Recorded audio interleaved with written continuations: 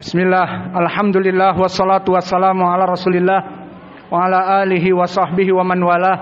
Wa ashhadu an la ilaha illallah wahdahu la syarikalah wa ashhadu anna muhammadan abduhu wa rasuluh, amma ba'd. Alhamdulillah, kita lanjutkan kajian di sesi yang kedua ini dari Ba'dal Isya.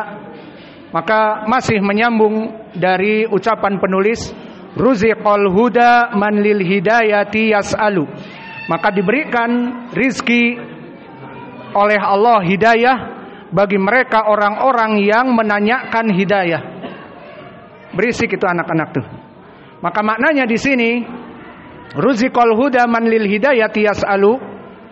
Doa dari penulis, semoga Allah memberikan petunjuk bagi mereka orang-orang yang mencari petunjuk. Maka ini masuk kepada kaidah al-jaza min jinsil amal. Masuk kepada kaidah balasan bagi kebaikan adalah kebaikan. Barang siapa yang mencari hidayah, maka Allah akan memberikan hidayah. Maka ini masuk kepada kaidah al-jaza min jinsil amal. Barang siapa yang mencari kebaikan, Allah akan memberikan kebaikan. Maka doa dari penulis Ruziqal huda man lil hidayati yas'alu, maknanya Allah akan memberikan hidayah bagi mereka orang-orang yang mencari hidayah. Dan ini terutama permasalahan Allah memberikan hidayah bagi mereka orang-orang yang diberikan hidayah. Wah, ini pengen minta ini dua ini. Allahumma zawij. Nih. Allah zawijak. Allah yuzawijak wa yuzawijni. Allah menikahkan kamu dan menikahkan aku juga.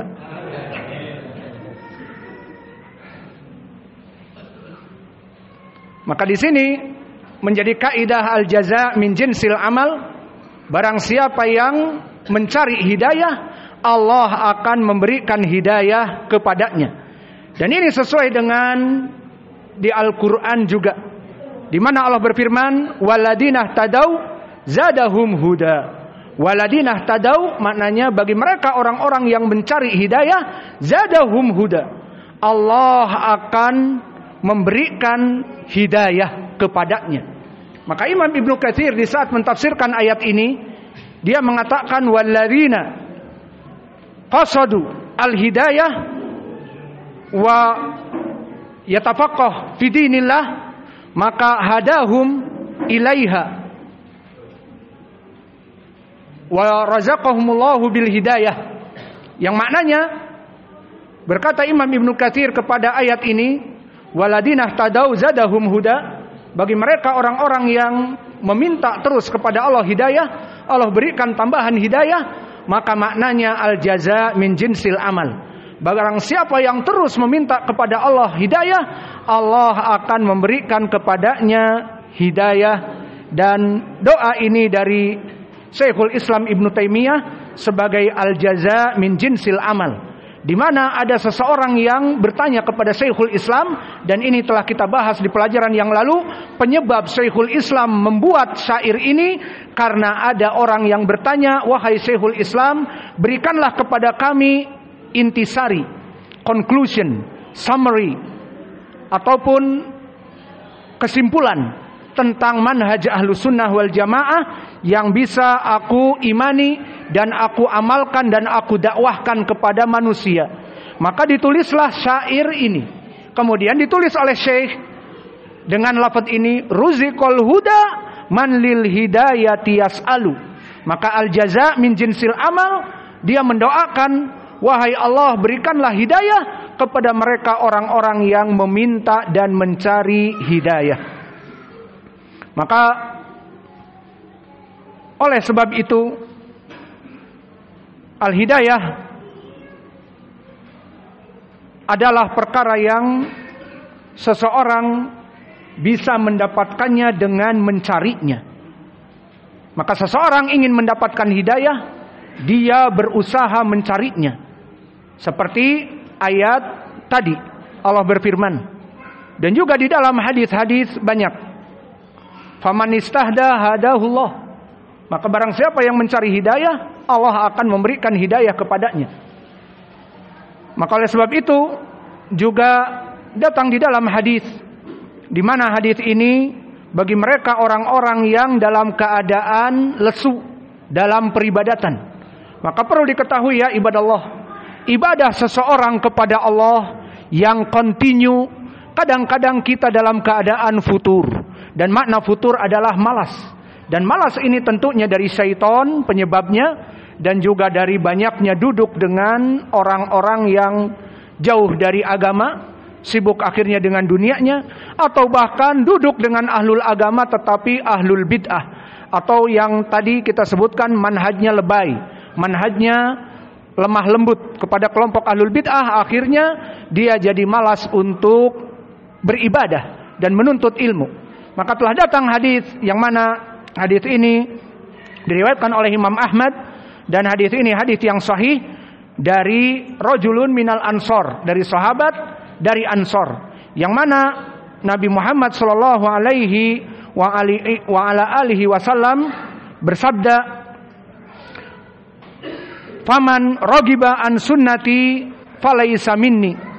Inna likulli amalin syarrah, tsumma fatrah. Faman kanat fatratuhu ila bid'atin faqad dhalla, wa man kanat fatratuhu ila sunnati faqad ihtada." Maka dikatakan oleh Nabi bahwa barang siapa yang membenci sunnahku maka bukan dari kelompokku, bukan dari ahlu sunnah, bukan kafir maknanya, tapi terjauh dari sunnah, yang membenci sunnahku. Maka setiap manusia itu beribadah, diperintah untuk beribadah, kadang-kadang dalam keadaan fatrah, lesu dalam peribadatan. Faman kanat fatratuhu ilal bid'ah, di saat dia lesu ibadahnya, maka dia duduk dengan orang-orang ahlu dunia, akhirnya sibuk dengan dunia, tidak pergi taklim, ataupun orang-orang yang dai-dai yang salah jalan, the wrong path, yang mengajak kepada kebid'ahan, duduk dengan orang jama'atut tabligh, duduk dengan orang-orang takfiriyun yang mengkafirkan pemerintah, atau haddadiyun juga yang memburuk-burukkan kita ahlu sunnah, maka kelak dia akan terbawa dengan teman duduknya. Dan disebutkan faman kanat fatratuhu ila sunnati, barang siapa yang kelesuannya itu dikarenakan lesu tapi terus dalam keadaan sunnah, terus melaksanakan sunnah meskipun yang tadinya witirnya 11 rakaat jadi witirnya 7 rakaat, 5 rakaat, yang tadinya salat duha sekarang tidak salat duha, tapi alhamdulillah kewajiban-kewajiban dilaksanakan, maka faman kanat fatratuhu ila sunnati, masih dalam sunnahku, faqad ihtada, maka dia masih dalam keadaan diberikan petunjuk oleh Allah. Maknanya barang siapa yang masih terus mencari, ingin mendapatkan hidayah dan terus mendapatkan hidayah, ingin mendapatkan terus tambahan hidayah, Allah akan memberikan hidayah kepadanya. Meskipun dalam keadaan lesu dan malas, namun terus membiasakan dirinya untuk terus ke masjid, untuk terus menuntut ilmu, dan seterusnya, maka Allah akan memberikan hidayah kepadanya. Ini permasalahan hidayah itu bisa dijadikan ada penyebabnya. Sehingga seseorang yang menginginkan hidayah, maka dia mencarinya. Seseorang yang menginginkan Allah terus dalam keadaan ketakwaan kepadanya, hey you shut up your mouth. Paham bahasa Minang? Bahasa Minangnya shut up your mouth, tutup mulutmu di majelis ilmu. Itu bahasa Minangnya. Maka di sini, di dalam permasalahan ini juga, kalau tadi masuk kepada al-jaza min jinsil amal, barang siapa yang ingin mendapatkan hidayah, maka dia mencari hidayah. Dan begitupun kebalikannya, al-jaza min jinsil amal, barang siapa yang lari dari penyebab hidayah, dia akan tersesat. Maka sesuai dengan pepatah Indonesia mengatakan, barang siapa menabur angin, dia akan menuai badai. Dan barang siapa yang menabur benih durian montong, dia akan panen durian montong di bulan Desember atau Januari. Iya, nanti kita makan durian. Maka maksudnya di sini, dalam kebaikan dan dalam keburukan itu ada sebab-sebabnya.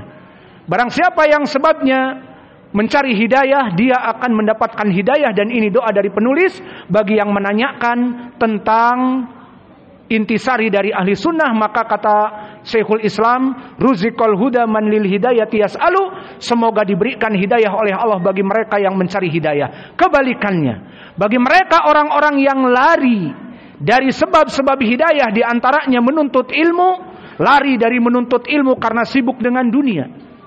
Bisa jadi seorang lari dari menuntut ilmu karena sibuk dengan dunia. Ayo daurah, waduh ikanku, maaf, tidak bisa ditinggal, nanti akan mati. Aduh, kasihan ikannya ya, dan kasihan engkau tidak mendapatkan ilmu misalnya. Dan juga ini maaf, ini yang terkena smash. Maka begitupun ada yang jual bisnis ataupun yang lainnya yang tidak bisa ditinggal, maka usahakan untuk datang paling sedikit, datang dari majelis-majelis ilmu meskipun 1 bulan sekali. Jika datang ustadz-ustadz, maka pergunakanlah kesempatan tersebut. Maka di sini barang siapa yang ingin mendapatkan hidayah, dia mendatanginya. Kebalikannya, barang siapa yang menjauhi hidayah atau sebab hidayah seperti menjauhi dari menuntut ilmu. Di sana ada majelis, wahai ahlu sunnah, kamu ahlu sunnah, iya. Ada majelis menuntut ilmu, Allah tidak mau. Penyebabnya banyak, karena dia sibuk dengan dunia, maka mencari dunia lebih baik, make money. Ataupun dia ada clash dengan ustadznya tersebut tanpa sebab, dia mengaku ahlu sunnah dan ustadznya juga ahlu sunnah, namun ada kebencian dan syaitan membuat jembatan di antara dia dengan ustadz tersebut. Kalau ditanya apa dosanya ustadz tersebut, wallahu alam tidak ada, namun hati ini tidak klop, itulah dari syaitan.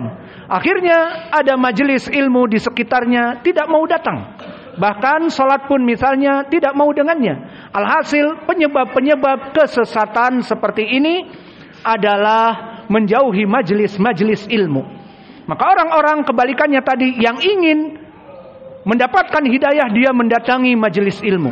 Dan orang-orang yang tidak menginginkan hidayah, dia akan lari dari majelis-majelis ilmu. Mana pendalilannya? Banyak di Al-Quran dan Sunnah. Adapun di Al-Quran Allah berfirman, falamma zaghu azaghallahu qulubahum. Di saat mereka lari dari hidayah, lari dari majelis ilmu, tidak mau duduk dengan ahlu sunnah, lebih baik duduk dengan teman-temannya dari orang-orang duniawi ataupun yang manhajnya the wrong path, yang salah jalan, maka klop. Tapi kalau dengan dai ahli sunnah tidak klop, maka balasannya falamma zaghu azaghallahu qulubahum. Di saat dia condong kepada keburukan, tidak mau duduk dengan ahli sunnah, azaghallahu qulubahum, Allah jauhkan hatinya, Allah sesatkan hatinya. Maka al-jaza min jinsil amal, balasan tergantung dari amalnya.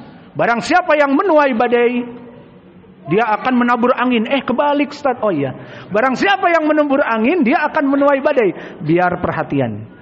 Maka di sini orang-orang yang sengaja menyesatkan dirinya, dia akan tersesat.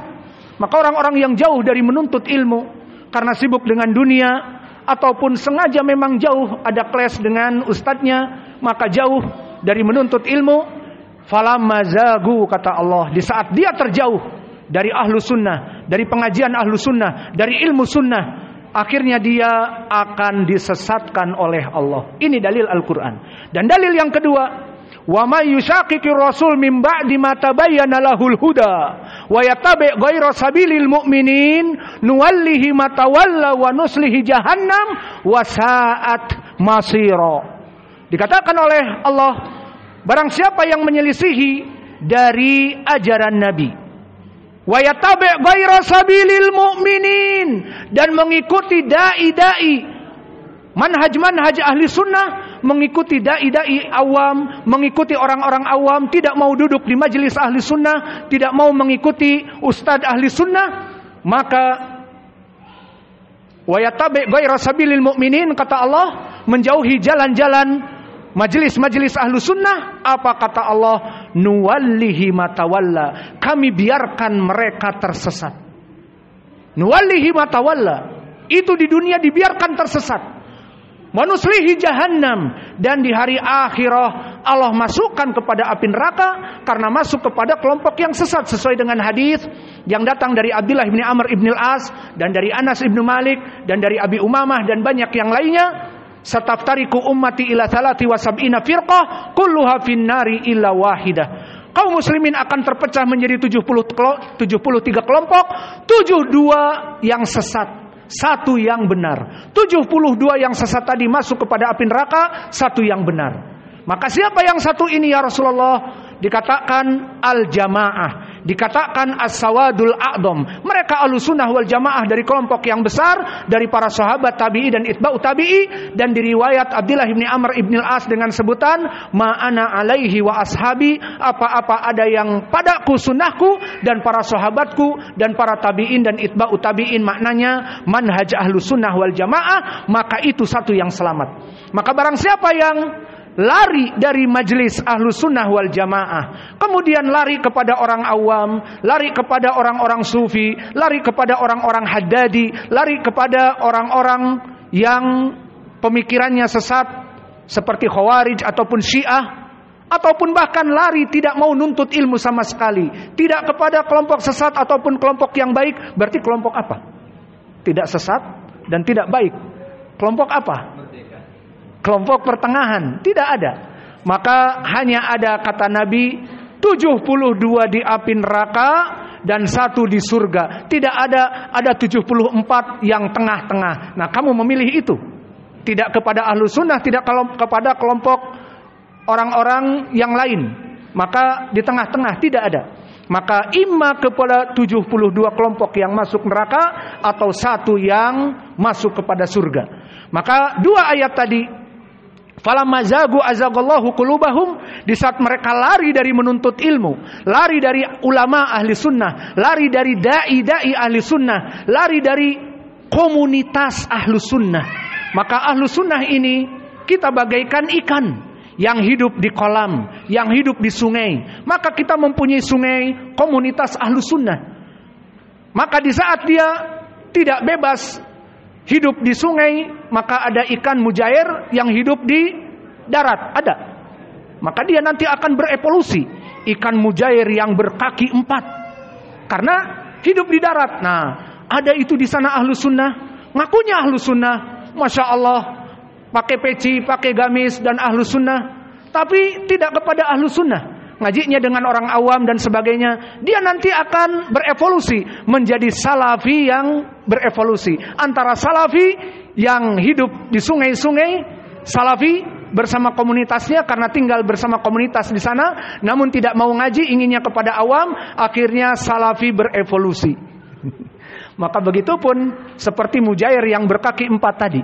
Al-muhim, seorang ahli sunnah dia akan tenang di saat hidup bersama saudara-saudaranya. Dan itulah dari fitrah manusia, we are social people. Bahwa kita ini hidup bersosial. Ahlu sunnah mempunyai kelompoknya, ahlu sunnah. Maka kama qalal arab atuyur ala askaliha taqau. Bahwa burung-burung itu hinggap bersama burung-burung yang lain. Maka burung Garuda, Raja Wali yang gagah perkasa, maka dia sebagai predator tingkat atas dari burung-burung, tidak mau duduk dengan burung perkutut yang hanya tutut disemprot, dikasih pelet dan seterusnya. Maka jika dia keluar langsung dimangsa oleh the hawk ataupun burung elang atau burung Raja Wali. Dan begitupun burung gagak yang disebutkan oleh Nabi sebagai fawasik, burung yang merusak, tukang mencuri itu gagak, tukang merusak dan seterusnya. Maka burung gagak tidak kemudian duduk di sebelahnya burung Garuda ataupun burung Raja Wali, tidak. Burung gagak, please, kamu tahu dirilah, duduk di tempat kamu. Maka atuyur ala askaliha taqau. Seorang manusia itu we are social people. Kita duduk di tempat kita, di komunitas kita. Ahlu sunnah dengan ahlu sunnah. Ahlu sunnah yang tegar kepada sunnah tidak duduk dengan dai-dai lebay, dai-dai yang memupuk dari mad'unya, yang penting banyak agar kantongnya tebal, tapi diam dari amar ma'ruf wa nahi anil munkar, bukan tipe dai-dai ahlu sunnah dan bukan tipe ahlu sunnah. Maka ahlu sunnah akan duduk dengan komunitas ahlu sunnah di sungai-sungai mereka, dan kelompok ahlul bid'ah dia akan duduk di rawa-rawa lumpur dari kebid'ahan-kebid'ahan mereka. Berbeda, bagaikan burung raja wali yang berada di predator tingkat pertama dengan burung-burung gagak para perusak di tempat orang atau burung-burung yang merusak. Maka beda tempat. Maka inilah ahlus sunnah di dalam ayat tadi disebutkan, mereka itu mempunyai komunitas khusus. Barang siapa yang lari dari komunitas, falamazagu azagallahu qulubahum. Selama dia cinta kepada komunitas yang lain, lari dari menuntut ilmu, duduk dengan kelompok-kelompok yang sekarang katanya nggak usah disebutkan namanya, tapi kita mengetahui hakikatnya, yaitulah dengan orang-orang sururiyah, dengan orang-orang bla bla bla. Nah, nggak usah disebutkan namanya, tapi maknanya itu. Di Arab ada pepatah mengatakan al-halim takfihil isyarah. Banyak pepatah Arab dan diterjemahkan ke Indonesia, maka pepatah Arab mengatakan al-halim, orang yang cerdas hanya butuh kepada isyarah, bla bla bla. Nah, maknanya yaitu tahu hakikatnya. Maka dai ahlu sunnah tidak duduk dengan mereka, dan seorang mad'u ahlu sunnah juga tidak duduk dengan kelompok-kelompok yang lebay, yang kelompok-kelompok yang membiarkan mad'u-mad'unya dalam keadaan dipupuk agar terus semakin berkembang dan banyak dan seterusnya, namun tidak ada al-amru bil ma'ruf wa nahi anil munkar. Maka di sini ahlu sunnah duduk dengan kelompok ahlu sunnah. Kembali kepada permasalahan tadi, dua dalil di dalam ayat. Lalu mana dalil di dalam hadis? Orang-orang yang meninggalkan majelis-majelis ilmu dengan ahli sunnah, bahkan berpindah nahkoda kepada nahkoda pelayaran dari kelompok-kelompok lebay tadi dan kelompok bla bla bla dari sururiyin, maka dia akan tersesat karena salah naik kapal. Maka di sini mana pendalilannya? Ada dalil yang sangat jelas. Orang-orang yang lari dari menuntut ilmu akan disesatkan oleh Allah dari hidayah. Karena menuntut ilmu itu wajib, seperti hadis yang kami sebutkan tadi, kulubni Adam khata wa khairul khata'ina at-tawwabun. Kopi mana kopi? Bismillah.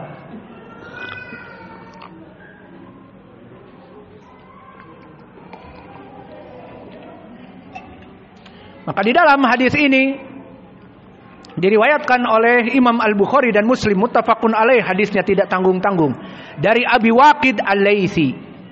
Abu Waqid Al-Laitsi seorang sahabi yang baru masuk Islam.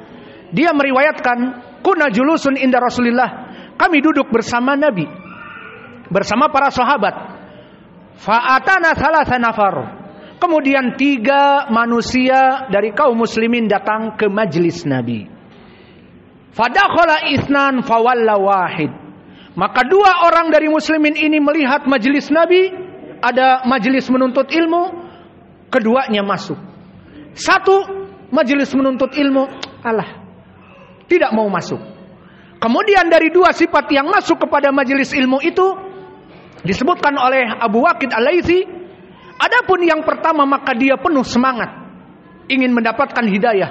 Ra'a furjatan qaruba, bahwa dia melihat ada tempat kosong di dekat Nabi, maka dia datang ke tempat kosong dan duduk serius di belakang Nabi atau di depan Nabi. Maka dia mendengar, karena dulu tidak ada mikrofon. Sekarang ada mikrofon, bisa duduk sandaran di belakang atau di belakang tiang biar tidak ditanya atau tidak kelihatan misalnya. Maka di zaman Nabi tidak ada mikrofon, maka dia berkumpul. Para sahabat dulu berkumpul ingin mendengar, serius mencatat dan seterusnya dan menghafal. Maka sahabat yang datang dari 2 orang itu duduk di depan. Ra'a furjatan fa jalasa qaruba ila Rasulillah. Kemudian yang kedua tadi malu-malu, maka dia duduk hanya di belakang saja, tertutup tiang seperti saudara kita, tertutup tiang, belakang lagi, tidak kelihatan. Tampillah kau depan, tidak kelihatan, tidak akan ditanya. Jangan takut, tidak akan jadi viral nanti. Oh, si fulan ditanya oleh ustadz di kajian Lubuk Linggau di YouTube nanti. Enggak akan disebut namanya. Alhasil Di sini orang ini karena masuk kepada hadis ini, nanti kamu masuk kepada hadis ini nanti. Maka di hadis ini disebutkan orang yang kedua dia malu-malu, duduk di belakang tembok, tidak kelihatan. Akhirnya apa? Kata Nabi, nanti orang yang malu-malu ini nanti akan ada jawabannya. Maka ini dua sifat yang datang. Adapun yang ketiga, dia pergi, lewat majelis, melihat, lewat dengan perjalanannya, dengan kakinya atau dengan motornya atau dengan mobilnya, al-muhim seperti itu. Maka apa kata Nabi setelah selesai kasus ini dan Nabi menyampaikan berita kepada kaum muslimin setelah selesai pelajaran? Ala ukhbirukum bihaula ats-tsalatsah. Tidaklah engkau wahai para sahabatku ingin aku kabarkan kepadamu apa yang Allah kabarkan kepadaku tentang 3 orang yang masuk ke majelis dan yang satu lewat tadi? Maka dikatakan, tentu wahai Rasulullah. Apa kata Nabi? Fa'amma atsani, yani al-itsnan, adapun 2 orang tadi yang masuk, fa innahu yangduru fi majlis furjatan fa'awahullah. Maka dia semangat dari 2 orang ini. Oh, ada majelis Nabi, majelis ilmu. Orang berbondong-bondong ingin bertemu dengan Nabi. Kesempatan emas, ayo masuk. Dia melihat ada tempat kosong, duduk. Mendengar, semangat, kata Nabi, fa'awahullah.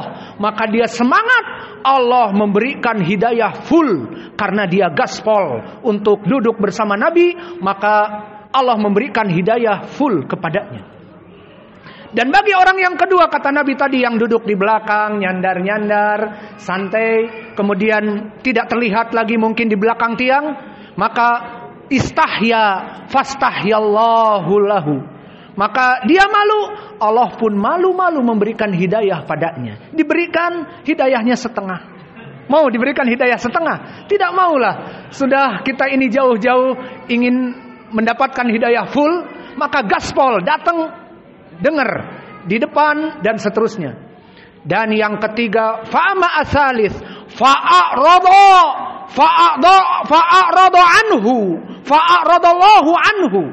Maka yang ketiga, dia lari dari majelis ilmu, maka Allah lari pemberian hidayah kepadanya. Undur, lihat, orang-orang yang tidak mau datang kepada majelis ilmu, padahal sudah jelas komunitasnya sama ahli sunnah. Kenapa? Karena benci kepada ustadznya, karena tidak cocok dengan ustadznya padahal sama-sama ahli sunnah, atau sibuk misalnya bekerja. Maka dia disebutkan di hadis ini, fa'aradallahu anhu. Maka orang ini berpaling dari majelis ilmu, maka dia, Allah tutup hatinya dari hidayah.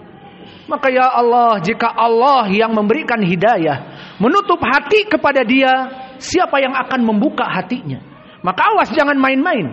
Mungkin orang-orang ini mendengar hadis-hadis seperti ini, alah, ngomong aja, biar aku masuk kepada majelisnya. Maka bisa jadi seperti itu dia berbicara, karena Allah menutup hatinya.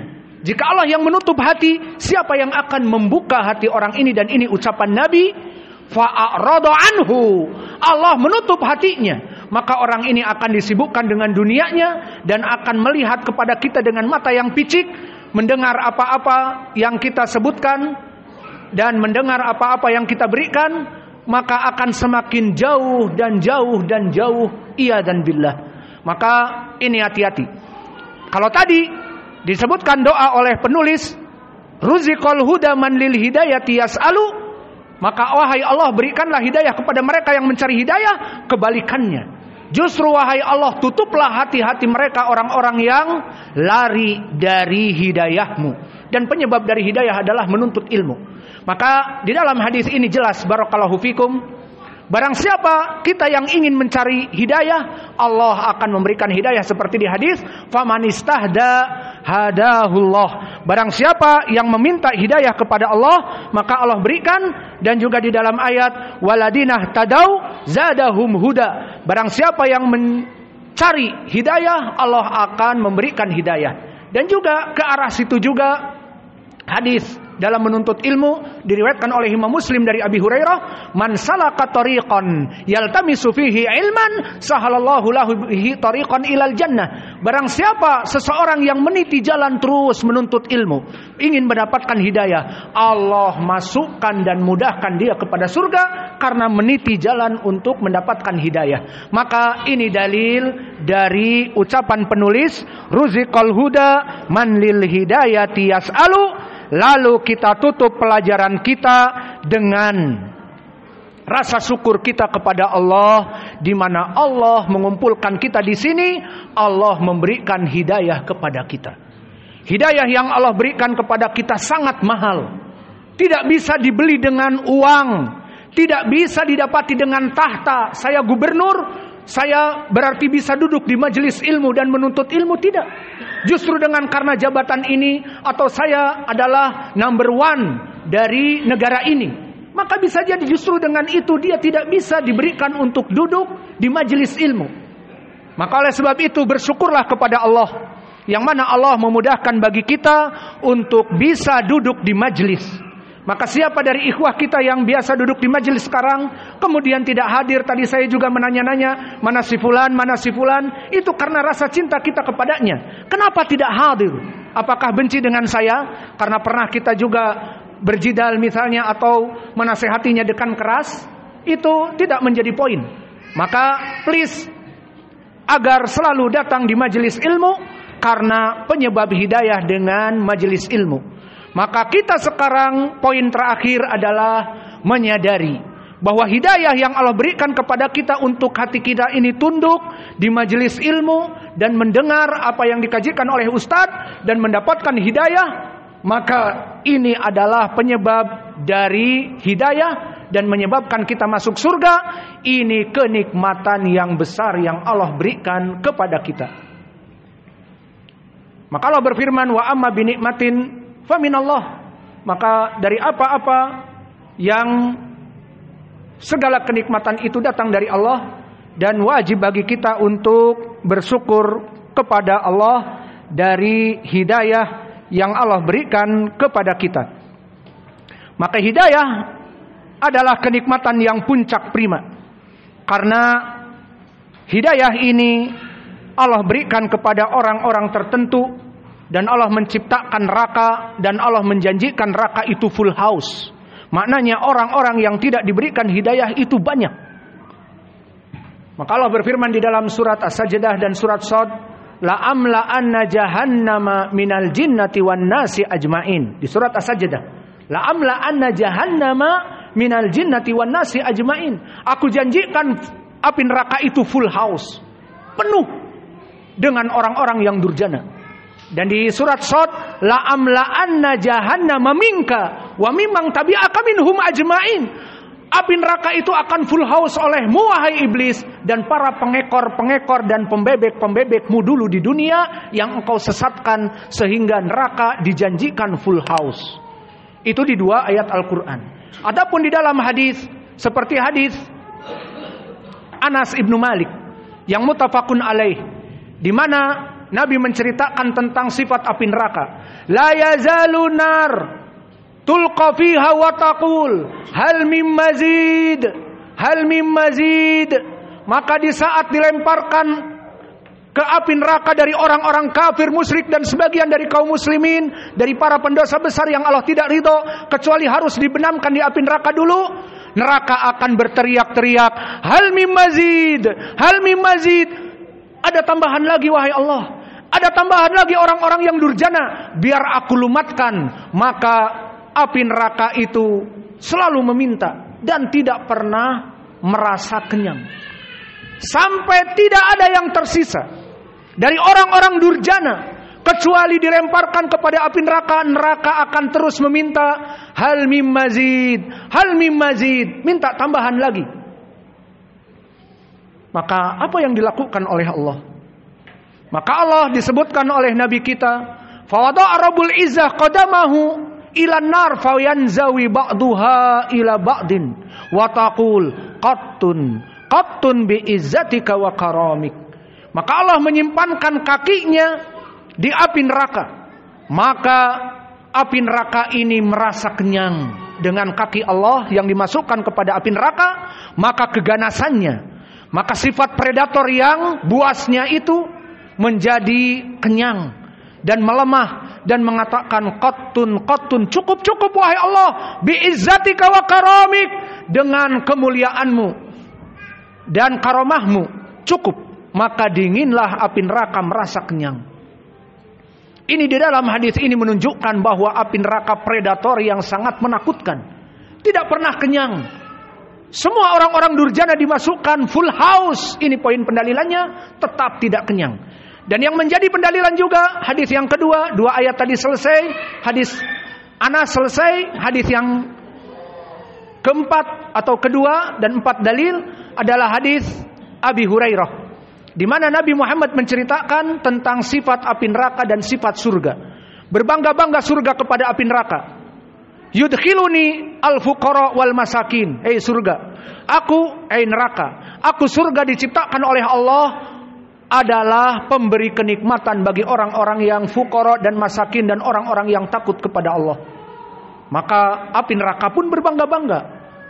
Adapun aku, yudkhiluni al-jabbarun al-mutakabbirun, aku dijadikan oleh Allah the punishment, the punisher, sang pembantai. Aku sang pembantai, membantai orang-orang durjana yang kufur, musyrik, pelaku kebidahan, yang masuk kepada 72 kelompok, dan kaum muslimin yang mati dalam keadaan dosa besar dan seterusnya yang Allah tidak ridho kepadanya. Aku lumatkan di api neraka. Semuanya berbangga-bangga. Surga berbangga-bangga dengan kenikmatan yang ada dari Allah, dan api neraka berbangga-bangga dengan penghancur, sifat yang melumatkan orang-orang yang durjana kepada Allah. Sama-sama makhluk Allah, sama-sama alat. Yang satu alat untuk pemberi penikmatan di surga, yang satu alat pembantai yang bangga dengan kekerasannya. Dan ini adalah keadilan Allah dan sifat Allah, Ar-Rahman, Ar-Rahim, Maha Penyayang, Maha Pemurah, dimasukkan hamba-hambanya ke surga. Namun orang-orang yang durjana, apakah Allah juga Ar-Rahman, Ar-Rahim? Tidak. Dzul Quwwatil Matin, Allah Maha Pembantai, Allah Maha Pembalas, Sari'ul Hisab, Allah hisabnya sangat keras. Maka banyak ayat-ayat bahwa Allah itu Azizun Dzuntiqam, Allah sangat perkasa dan pembalasannya sangat keras. Di sisi Allah sangat baik, di sisi Allah sangat keras kepada mereka yang ingkar kepadanya. Maka dijadikanlah dua sifat makhluk, yang baik full baik, yang buruk full jahat, api neraka, yang semuanya ciptaan Allah. Namun poin pendalilannya di sini, Allah mengatakan kepada surga, anti al-jannah, anti nikmati, udkhilu ilaiki man asya.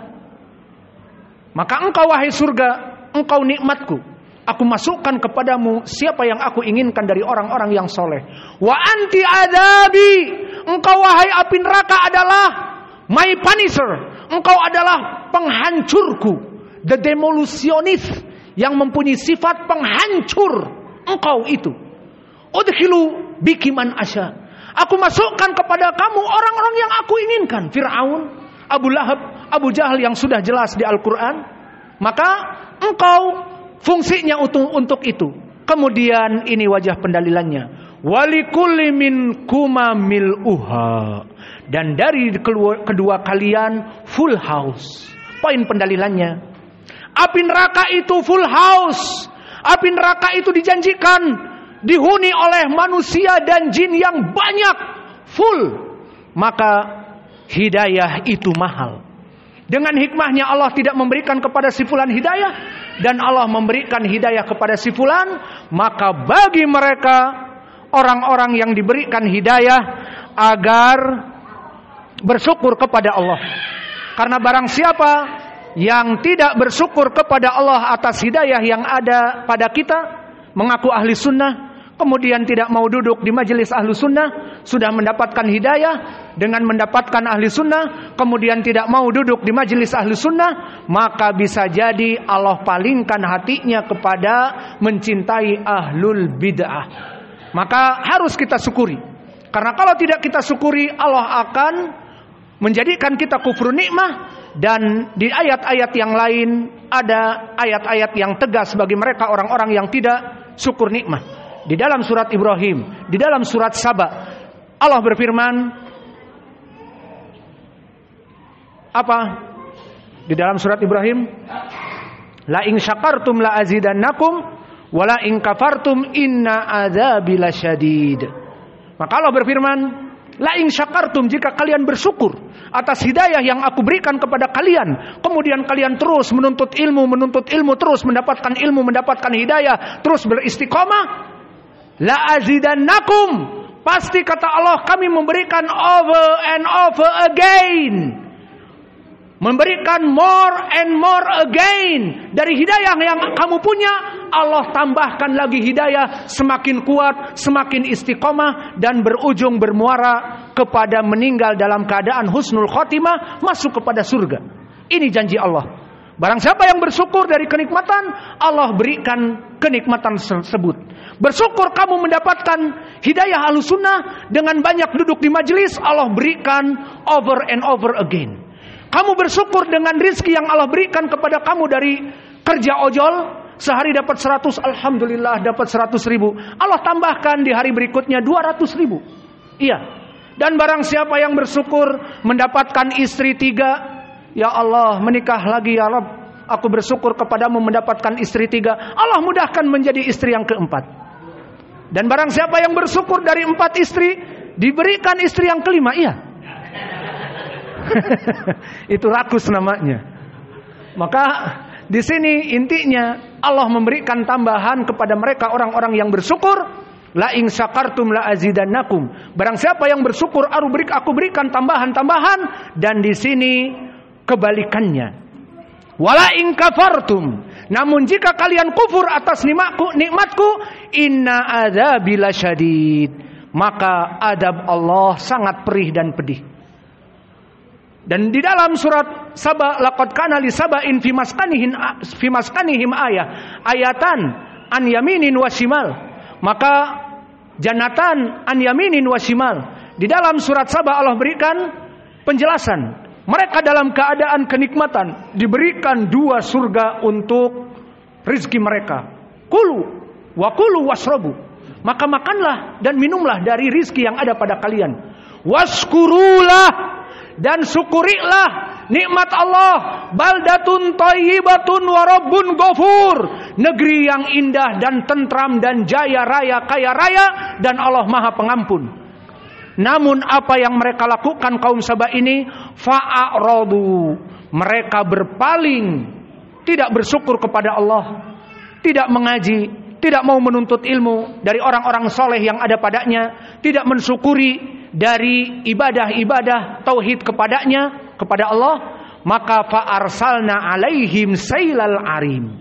Allah jadikan banjir bandang yang menghancurkan sumber rizki dari 2 taman yang menjadi sumber rizki bagi mereka. Maka ini contoh. Maka orang yang menuntut ilmu sekarang, dia Ahlussunnah, Allah berikan terus hidayah dan istiqomah. Namun yang mengaku Ahlussunnah kemudian tidak mau menuntut ilmu, maka di sini menyelisihi syariah, karena menuntut ilmu itu wajib. Dan telah datang hadis yang datang dari 5 sahabat, dari Ibnu Umar, dari Ibni Abbas, dari Abi Hurairah, dari Aisyah, dan dari Abdullah ibni Mas'ud, 5 yang sanadnya bisa naik kepada sahih li ghairi. Berkata Rasulullah sallallahu alaihi wa ala alihi wasallam, "Idza marartum bi riyadil jannah farta'u." Jika kalian tahu di sekitar kalian ada sumber menuntut ilmu, oh ada majelis ilmu di masjid kita, farta'u, maka duduklah di majelis ilmu tersebut. Kalau tidak mampu dalam sehari setiap salat yang ada di kita, cukuplah ba'dal fajar kosong, cukuplah ba'dal maghrib kosong. Namun lebih baik terus menerus agar hidayahnya lebih kuat. Namun dia mengetahui itu, kata Nabi, farta'u, singgahlah, duduklah di majelis ilmu. Tidak mau, tidak fajr, tidak duhur, tidak asr, tidak maghrib, tidak isya, bahkan tidak dalam sepekan, bahkan tidak dalam sebulan, bahkan bertahun-tahun dia hanya lewat cuek bebek. Maka penyebab dari Allah menjauhkan hidayah kepada orang tersebut. Karena di dalam hadis disebutkan farta'u, barang siapa yang mengetahui ada majelis ilmu agar duduk. Apa makna farta'u? Ditafsirkan para ulama, dan ini makna lughah Arabiyah, duduklah di taman-taman surga. Tinggal the big question, pertanyaan yang besar. Lalu apa taman-taman surga? Dan ini telah ditanyakan oleh para sahabat. Ya Rasulullah, mariyadul jannah. Apa itu taman-taman surga yang engkau perintahkan agar kita duduk padanya, singgah padanya, menikmati di rest area tersebut? Taman-taman surga tersebut disebutkan di hadis-hadis yang banyak dari 5 sahabat tadi. Pertama, hilaku dzikr, lingkaran-lingkaran menuntut ilmu. Di riwayat majalisul ilmu, majlis ilmu.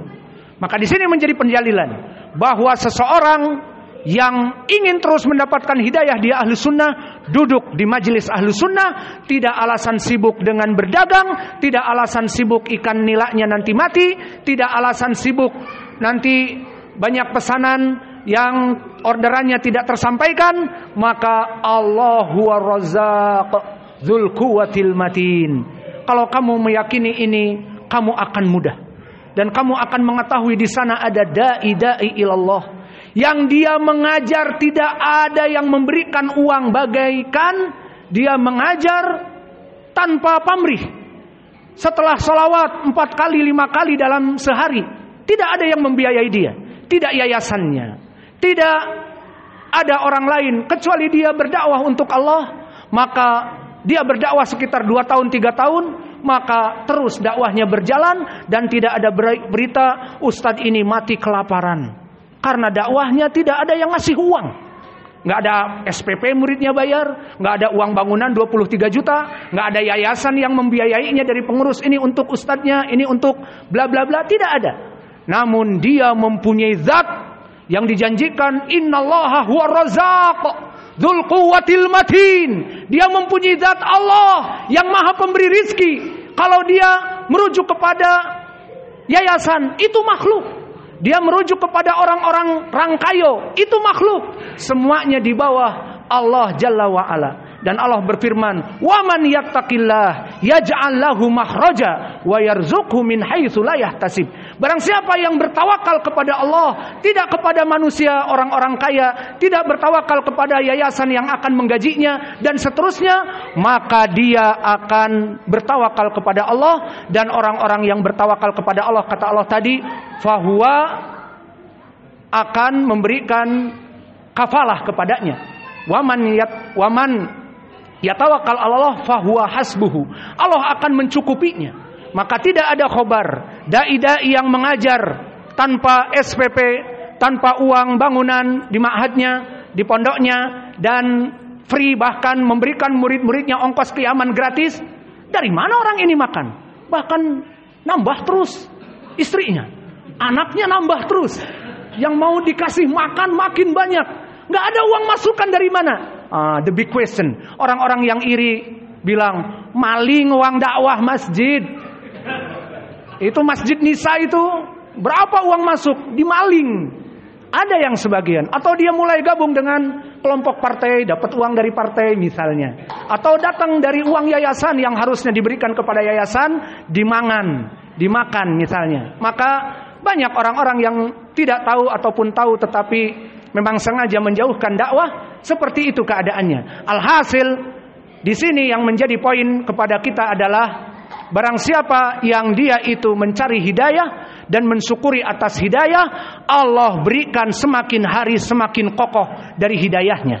Dari janji Allah tadi, wala in kafartum inna adabi lasyadid wala in syakartum la azidannakum. Barang siapa yang terus bersyukur kepada Allah, Allah berikan hidayah, tambah over and over again. Barang siapa yang kufur, lari dari jamaah ahli sunnah, lari dari majelis ilmu, Allah akan memberikan iqab dengan dipalingkan hatinya. Seperti hadis tadi, barang siapa yang mengetahui ada majelis ilmu agar duduk istirahat, maka apa itu majelis, apa itu hilaku dzikr, apa itu taman-taman surga, dia majelis-majelis ilmu.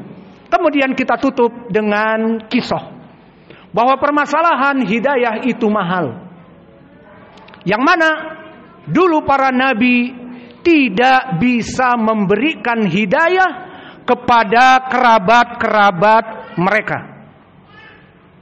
Maka kerabat-kerabat para nabi tidak bisa oleh Allah diberikan hidayah.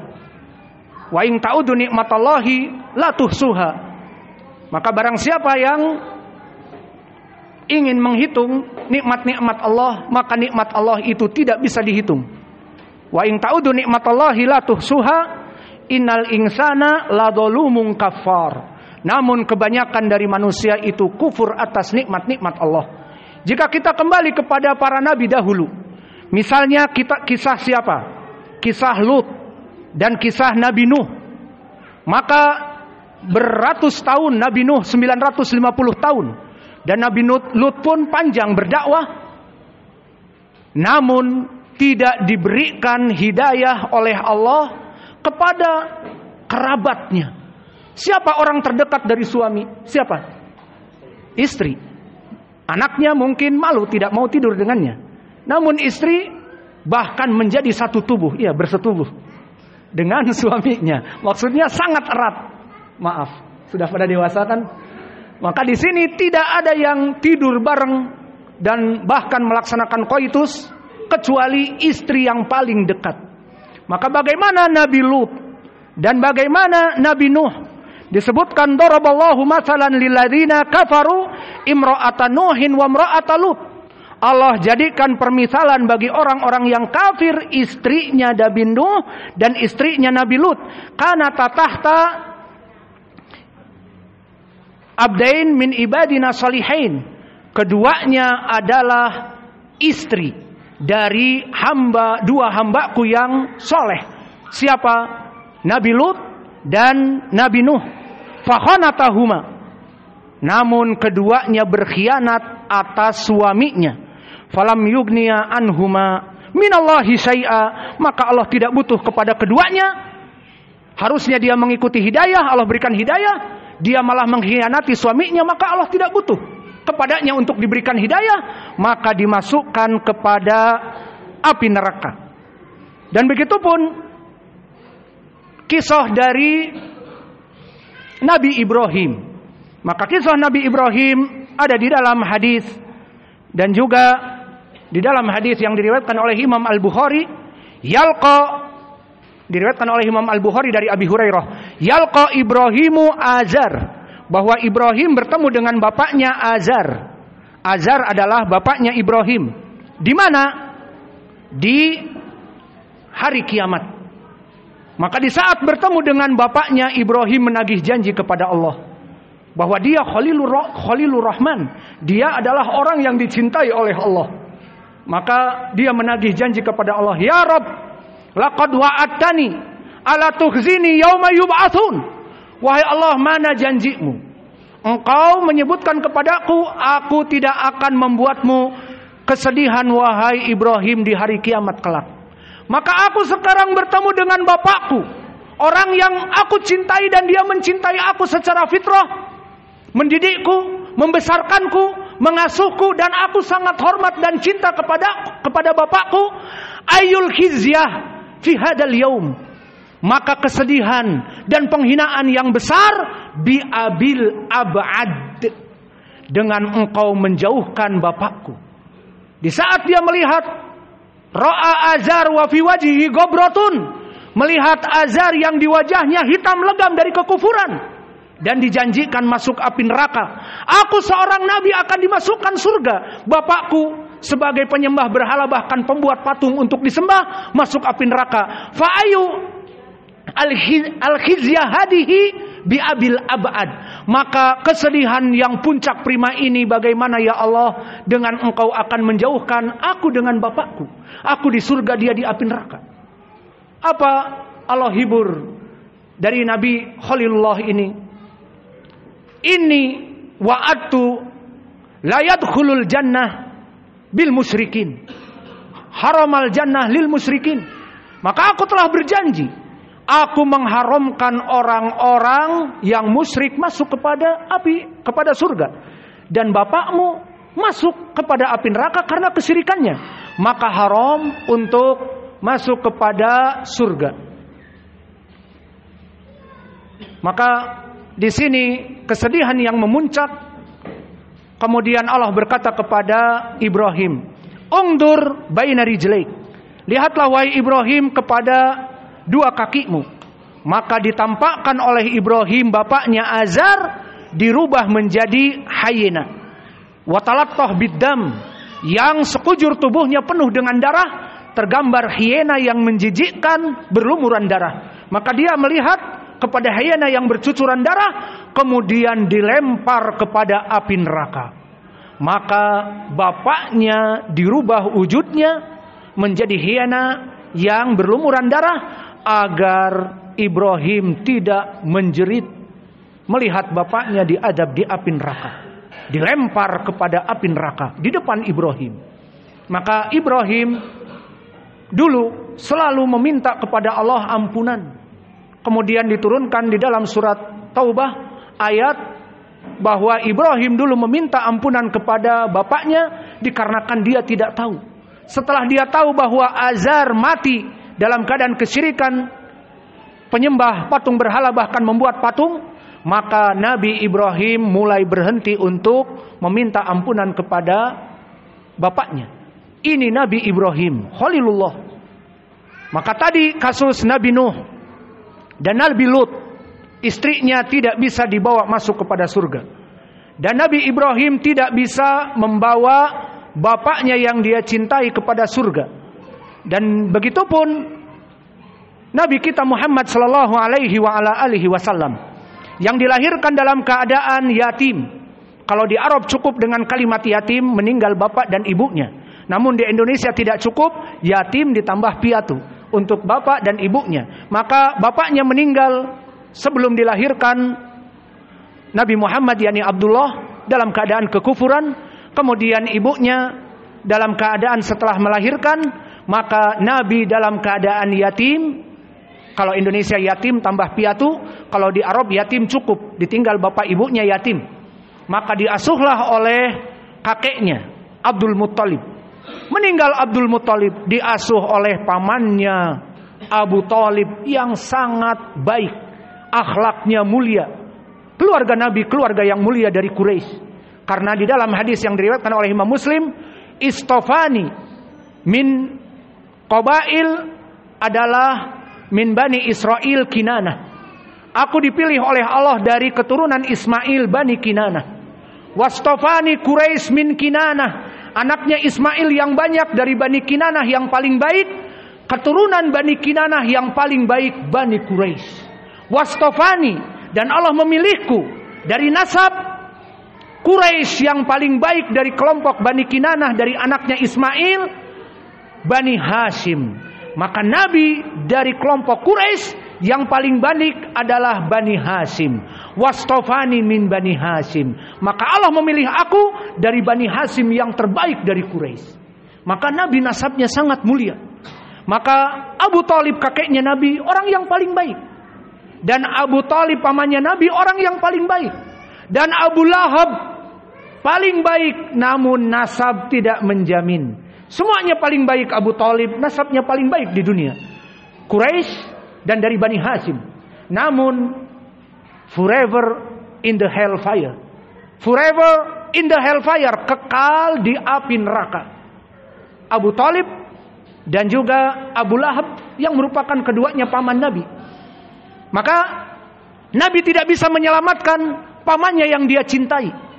Dan pamannya ini yang mengasuh Nabi dari kecil menjadi seorang yang sangat mempunyai akhlak yang mulia dari akhlak Arab dan mempunyai keberanian berjihad dengan kufar. Maka itu semua didikan dari pamannya di antara sebabnya. Namun Allah mengharamkan surga dan hidayah dari pamannya. Maka oleh sebab itu kita harus bersyukur ya ibadallah. Maka mana dalilnya kalau pamannya mati dalam keadaan kesyirikan, bahkan dia mencintai pamannya, orang tercinta di dalam kehidupannya, di antaranya, maka hadis yang muttafaqun alaih dari Musayyib ibni Haznin, dia meriwayatkan, falamma hadarat al-wafatu, di saat sekarat menjemput Abi Talib, Nabi yang terakhir kali mendakwahi Abu Talib, dia mengatakan, ya am,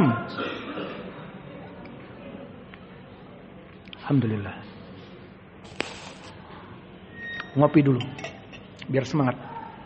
Maka wahai pamanku, qul la ilaha illallah kalimatun uhajulaka biha indallah. Wahai pamanku, ucapkan la ilaha illallah, maka engkau akan selamat dari api neraka.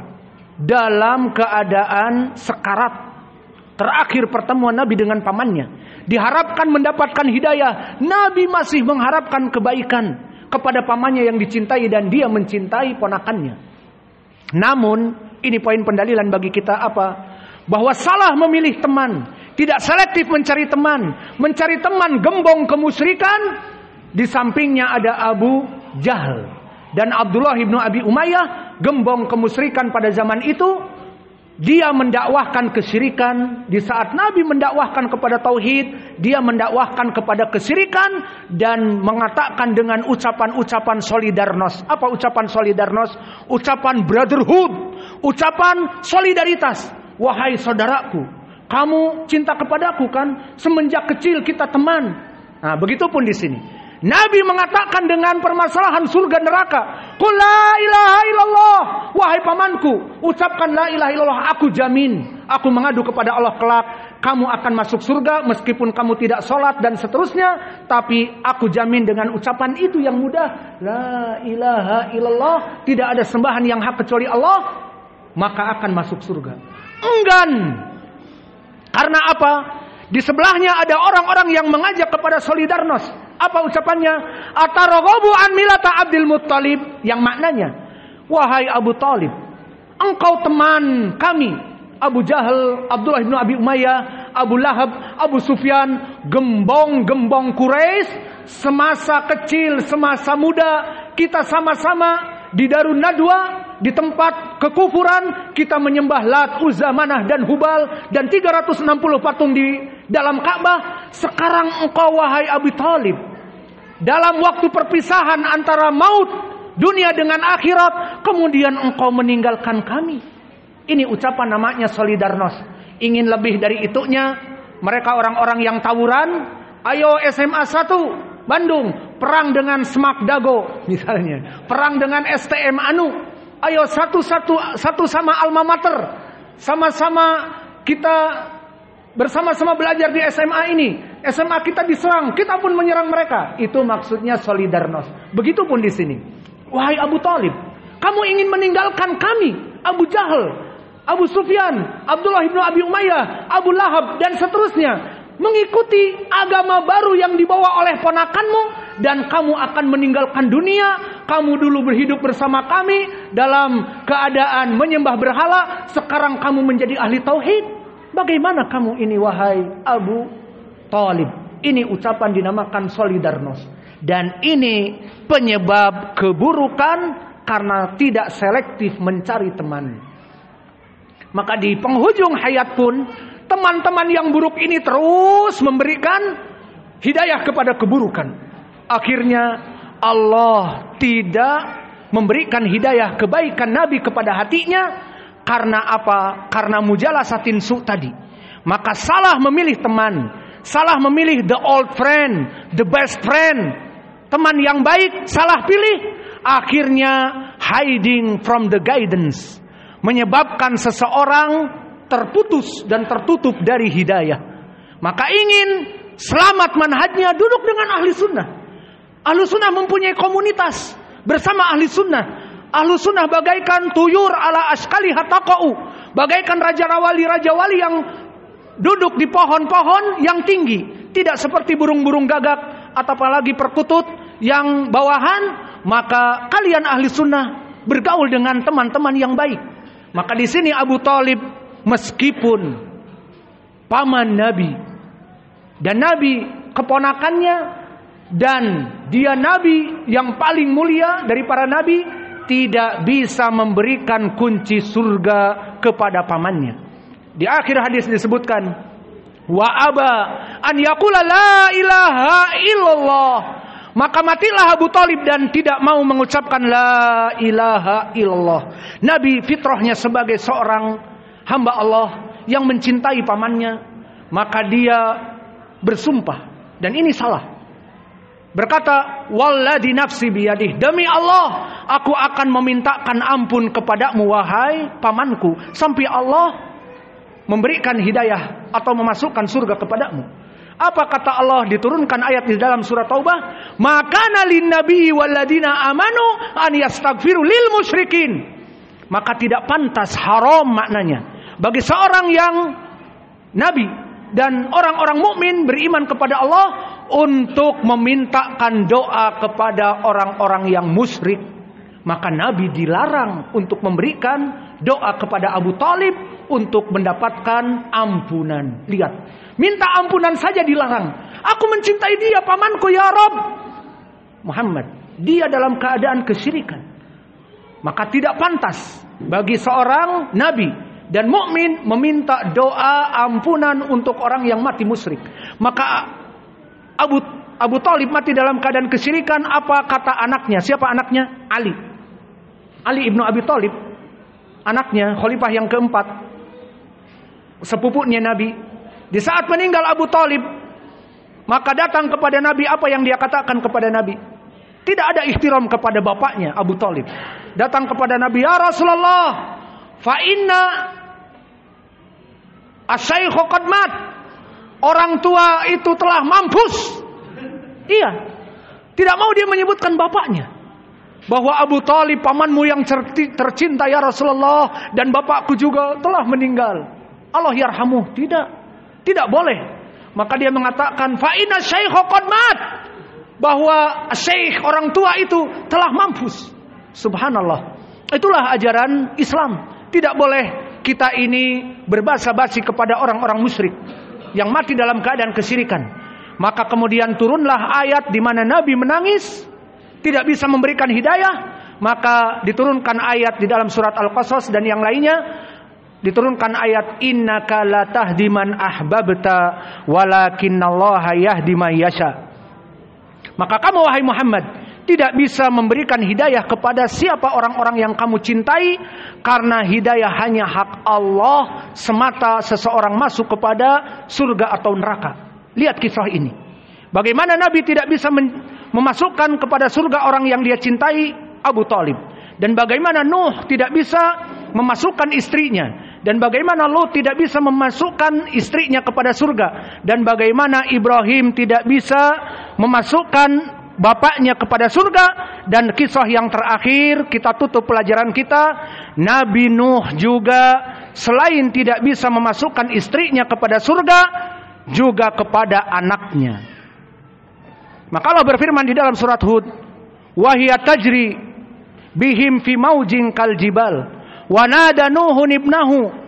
Maka Nabi Nuh di atas perahu memanggil kepada anaknya, wa nada Nuhun ibnahu wa kana fi ma'zili. Maka dia di tempat yang tinggi di perahunya dan anaknya dalam keadaan dikejar air bah. Ya bunayyar kam ma'ana, wahai anakku, naik kepada perahu. Irkam ma'ana, naiklah kepada perahu.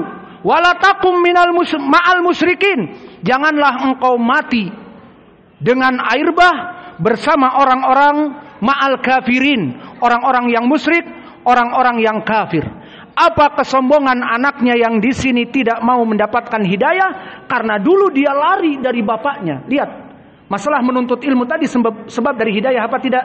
Nah, di sini dia sepanjang hidupnya bapaknya memberikan dakwah, dia menutup telinganya bersama istrinya, bersama ibunya. Gimana bapak kita nih mengajak sembahan kepada Allah yang esa?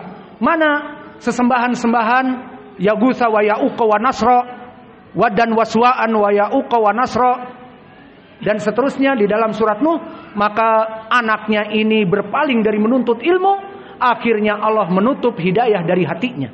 Apa kata anaknya yang diabadikan di surat Nuh? Qala sa'awi ila jabali ya'simuni minal ma'. Dengan penuh kesombongan, di saat dia dikejar-kejar dengan air bah, bapaknya lewat dengan perahu yang selamat, aman. Bapaknya penuh cinta kasih kepada anaknya. Seorang bapak cinta kasih kepada anaknya.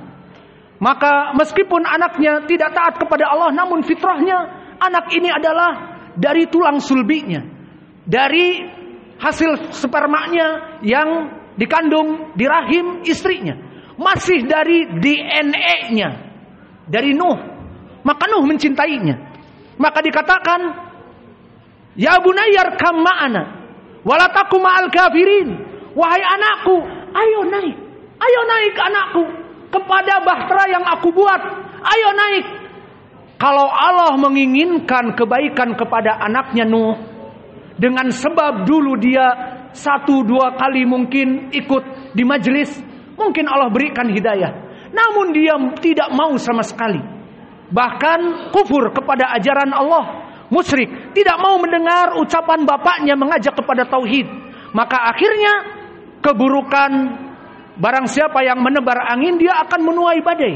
Tinggal naik saja, mudah. Ayo naik, irkam ma'ana wala takum ma'al kafirin. Jangan menjadi orang-orang kafir ditenggelamkan. Apa dia katakan? Dan dia mengatakan demikian, apakah yakin dia akan selamat? Never ever. Hanya sekedar kebohongan di dalam hatinya saja. Dia katakan, sa'awi ila jabali ya'simuni minal ma. Wahai bapakku, tidak. Aku akan naik kepada gunung bukit yang tinggi itu. Aku akan selamat dari air bah yang Allah berikan sekarang ini. Lihat kesombongan. Maka naik kepada gunung dalam waktu kecepatan naik air bah itu sangat tinggi, di mana Allah jadikan hujan yang badai, datang air dari muka bumi keluar, dan dari atas dan dari bawah.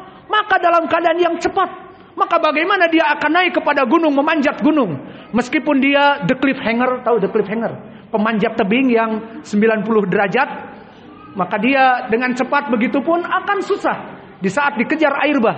Apalagi dia kayaknya belum pernah panjat tebing. Maka sa'awi ila jabalin ya'simuni minal ma. Aku akan naik kepada gunung yang tinggi itu yang akan selamat dari air. Maka di sini menjadi pendalilan dia bukan ahli panjat tebing, namun hanya ucapan kesombongan bahwa aku akan selamat dari air bah yang kamu datangkan dari Rabbmu wahai bapakku. Kesombongan. Lihat, hidayah ditutup.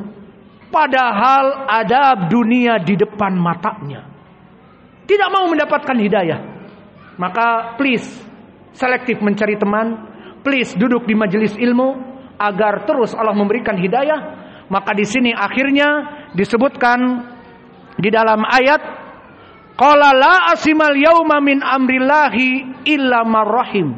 Tidak ada yang selamat pada hari itu kecuali orang-orang yang dirahmati oleh Allah. Wahala bainahumal mauju. Maka diterpa anaknya Nuh dengan tsunami yang besar yang menjauhkan dia dari bapaknya. Astagfirullahaladzim. Alhamdulillah pintunya tidak pecah. Alhamdulillah nggak benjol.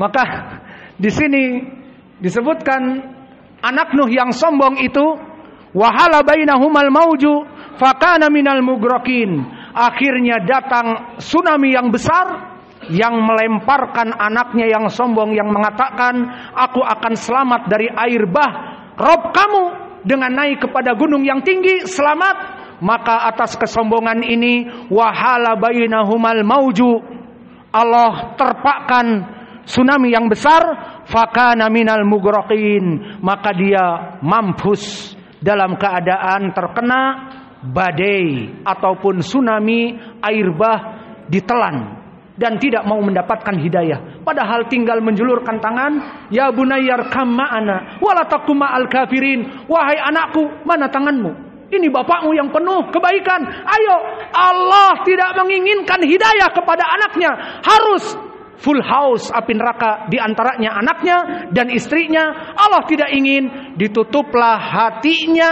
Akhirnya mengatakan dengan penuh kesombongan, sa'awi ila jabali ya'simuni minal ma. Aku akan naik wahai bapakku kepada gunung yang tinggi. Aku akan selamat dari adab dari Rabbmu. Maka di saat sombong seperti ini, wahala bainahumal mauju, diterpa badai tsunami yang keras, terpental dari bapaknya.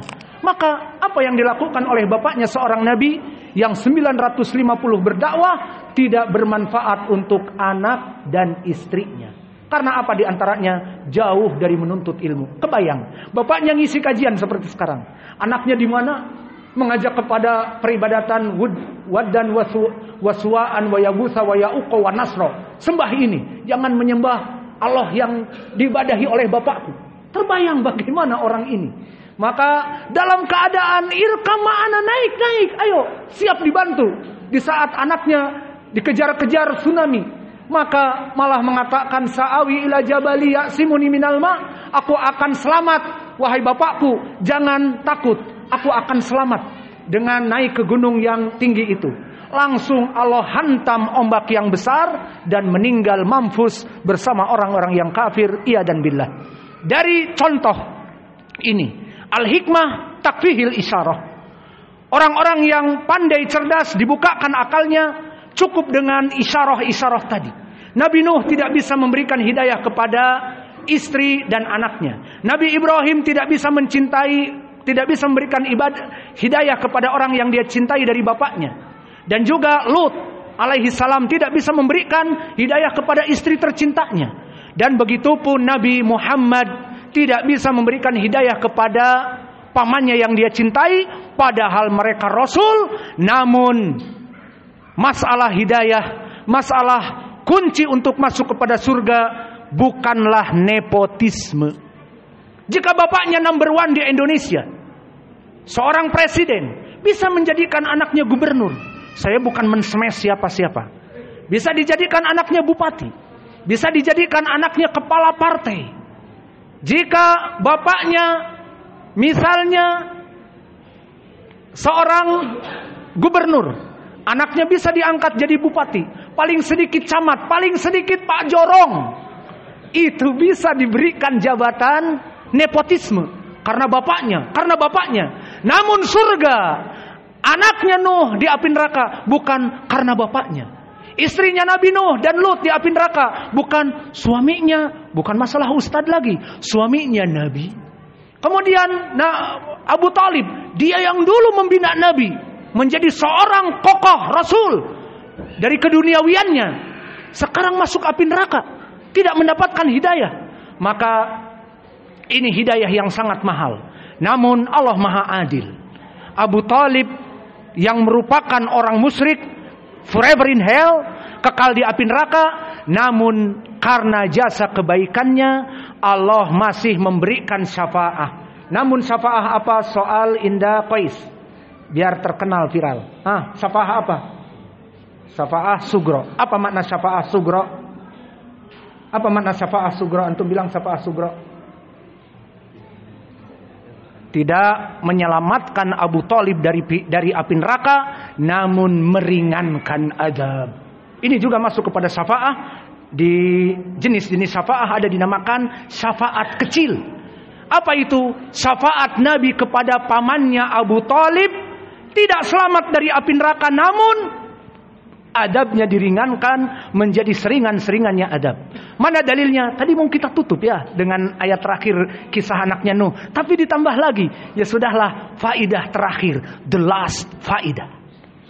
Maka di faidah yang terakhir ini,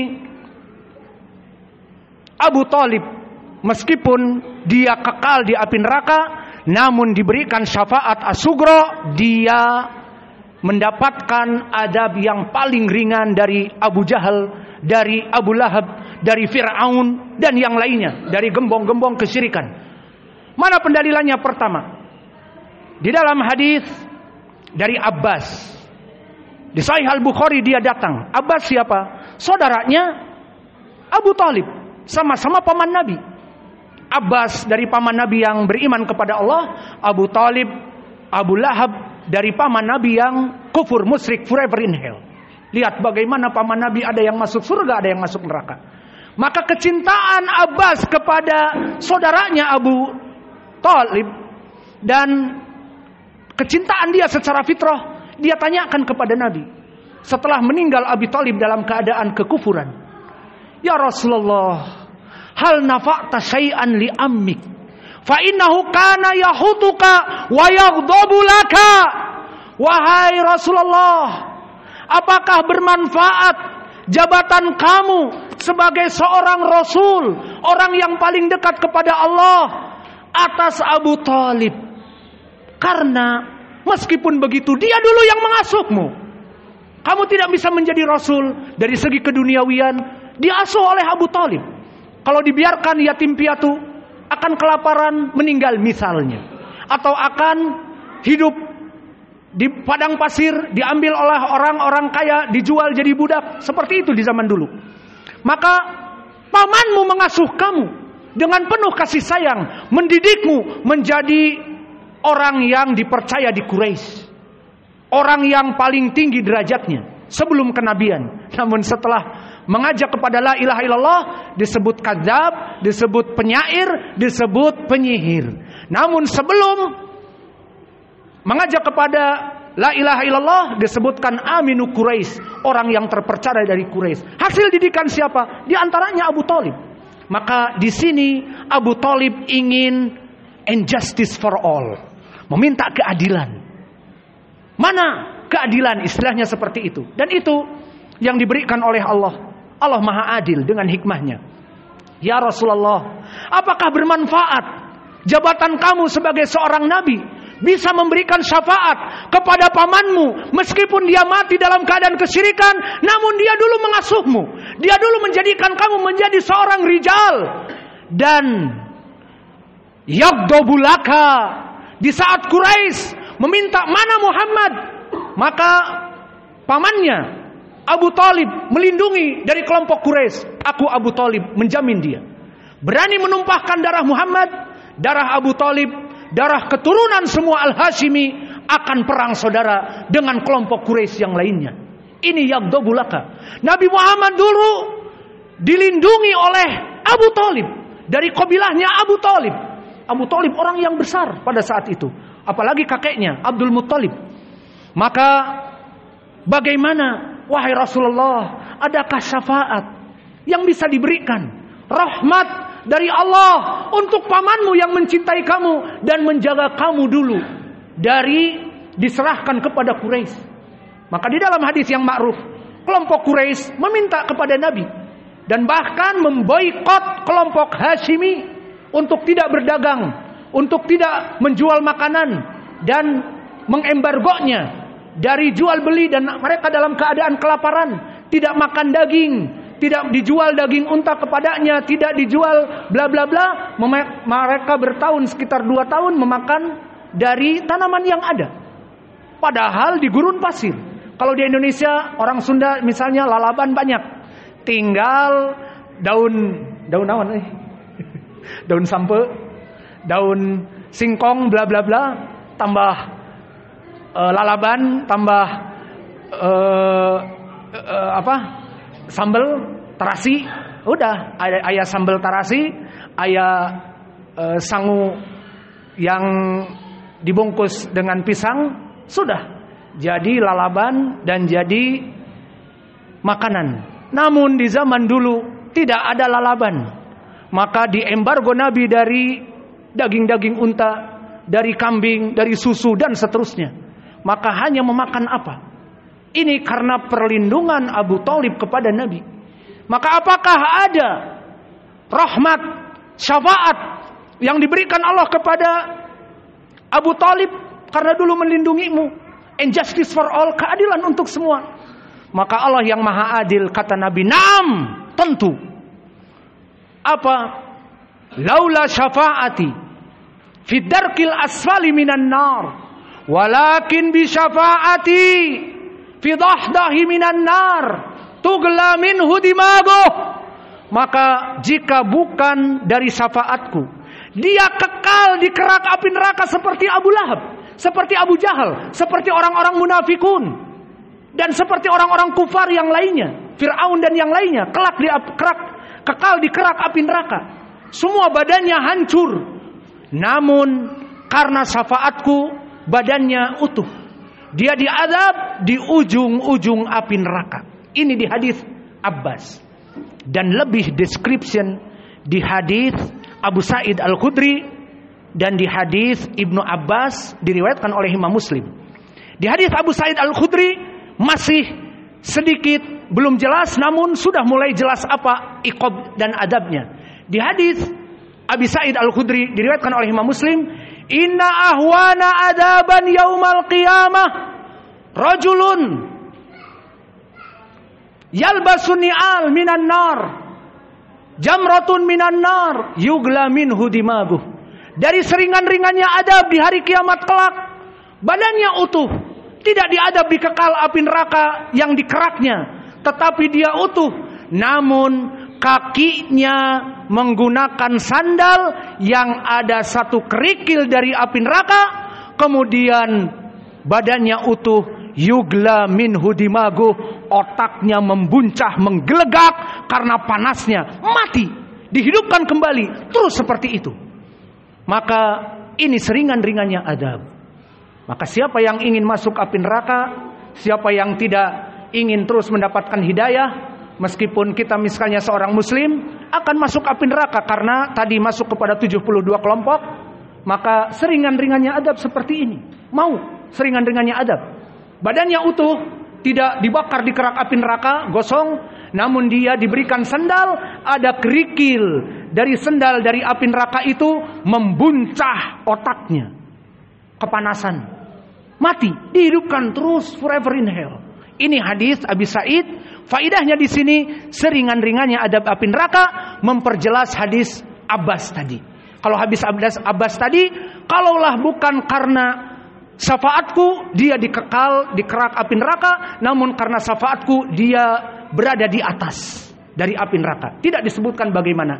Di hadis Abi Sa'id Al-Khudri disifatkan memakai sandal dari orang-orang api neraka yang ada kerikil api neraka. Di hadis Ibnu Abbas diriwayatkan oleh Imam Muslim, lebih description, lebih explanation, lebih rinci, lebih eksplisit, apalagi kosakata seperti itu, lebih jelas. Apa itu? Di riwayat Muslim dari Ibnu Abbas disebutkan, inna ahwana adaban yaumal qiyamah li Abi Thalib, disebutkan namanya, bahwa seringan-ringannya adab di api neraka untuk pamanku Abu Thalib, yantailu bini alin minan nar yugla minhu dimaguh, yugla minhu dimaguh, maka dia akan mengambil atau dipasangkan di kakinya dari sendal api neraka, maka otaknya menggelegak. Maka inilah dari adab yang perih dan pedih paling ringan bagi Abi Thalib seperti itu. Maka kembali kepada permasalahan hidayah, sehingga dengan ini kita menyelesaikan dari syair yang mana dari pagi kita membaca ayat setengah dan sekitar sekarang kita tamatkan. Ya sa'ili an madhabi wa akidati ruziqal huda man lil hidayati yas'alu. Maknanya penulis Ibnu Taimiyah mengatakan, wahai orang yang bertanya atas akidahku dan manhajku, maka nih pantun 16 pantun yang semuanya berisikan pertanyaanmu. Kemudian dia katakan doa Ruziqal huda, karena doa yang bersifat news tadi khobar. Ruziqal huda, semoga Allah memberikan rizki hidayah kepada orang-orang yang mencari hidayah. Maka pelajaran kita dari maghrib tentang permasalahan hidayah dan pembagiannya, dan siapa orang-orang yang berhak mendapatkan hidayah, dan hidayah itu akan dicabut bagi mereka orang-orang yang lari dari menuntut ilmu. Maka kesimpulannya, teruslah menuntut ilmu agar terus kuat hidayah kita dan istiqomah. Maka mungkin ini yang bisa kita berikan. Wa naktafi ilahuna wa jazakumullahu khaira wa barakallahu fi ilmikum.